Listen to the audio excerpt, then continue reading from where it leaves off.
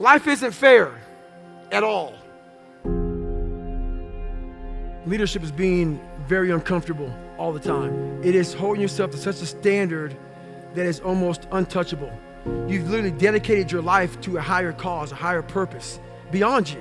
It's that guy that's like, okay, let's say we're gonna work out at 5 o'clock. My guys and my girls, whoever it may be, need to see me running to work at 3:30. I need to take every excuse that they may have away from them. They need to see me outworking them every day, not trying to put them down, but saying, God, man, if he's doing this, man, so when I tell you to do something, you can't say no. I cannot say no to him. He's leading by example.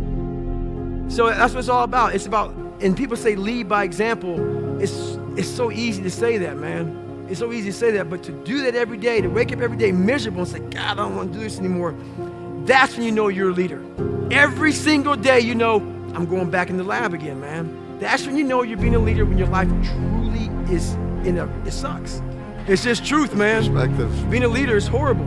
You have to believe that you are here on this earth. So what changed my whole mindset, really? I was thinking, like, why the hell did God put me here? What am I doing here? If you have that mentality, you could be nothing. You have to believe that you are here for a reason. That there's some reason. Me getting beat up, me getting tortured, me being bullied, me being born with no foundation, me having to figure all this shit out on my own, figuring out this indestructible mental toolbox, had to be for a reason. And my reason, I believe now, I know for a fact, was to unlock the code to human potential. It's easier said than done. Right. On the other end of suffering is a life that many people don't know even exists. It's a beautiful world. We all live in this world where our brains are keeping us in this box. Outside that box, on the other edge of suffering, which is on the other edge of that 40%, is a world that's endless of opportunity. But we are afraid to go outside that box because in that box is comfortable. That's where the nice 4-lane highway's at. I know where the restrooms are at. I know where the gas stations are at. Outside that box, man, God gives you a shovel and says, man, start digging. That's not fun. But when you dig your own path to all kind of stuff that's unknown. On the other side of the box was all this stuff. And I didn't know it was over there until I climbed the wall. So what wall are you climbing now? I've climbed a lot of walls. There's no more walls anymore. The reason why is because I know how to climb. I got the ropes, I got the shoes, I got the chalk, I got the harnesses. I'm good. I'm not scared to climb anymore. I go to the rock, hammered in, I got my belay, and I'm good to go. So you got to figure out how to climb first, and that's all. We all have a different way of climbing. That's why there's a lot of books out there, mental toughness. It's all crap. Why? Because it's a cookie cutter way. Life isn't cookie cutter. 3.14 is pi. It's how you figure out equations. We're all different equations. We all have a story.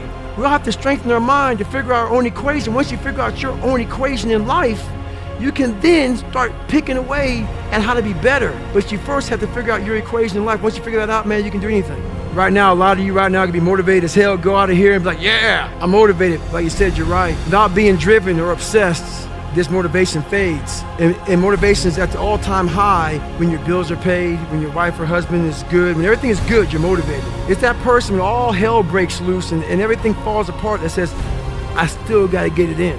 And how you get to that point in life, what I figured out, it's so noisy right now. This world is so noisy. We all walk around with these phones, computers. The world is so fast. We're not able to think. The most powerful weapon in the world, we walk around with it. It's our mind, it's our brain. You have to be able to go into a very dark place in your mind and figure who you are. Go back to what you want to do, what's your purpose. We can't figure our purpose out or why we're here or why we're even born or whatever because it's so loud in our mind.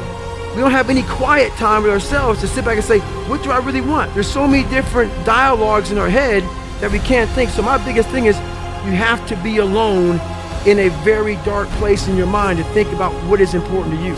24 years old, I was 300 pounds. And if I didn't make a right turn, if I decided to just give in to the feelings I had, I would have died a 300 or 400 pound man working some minimum wage job in my casket, never knowing that I was this guy. If I didn't get over my fear of being, in the water, I'd never be a SEAL. I'm gonna be up here right now. I have no story to share. By me saying, okay, man, I'm afraid of the water, and that's kind of shackling my mind, it's by facing those things, that's how you open up different doors of your life. Because all these things that we're afraid of, they're doors that can possibly lead you to a whole other world.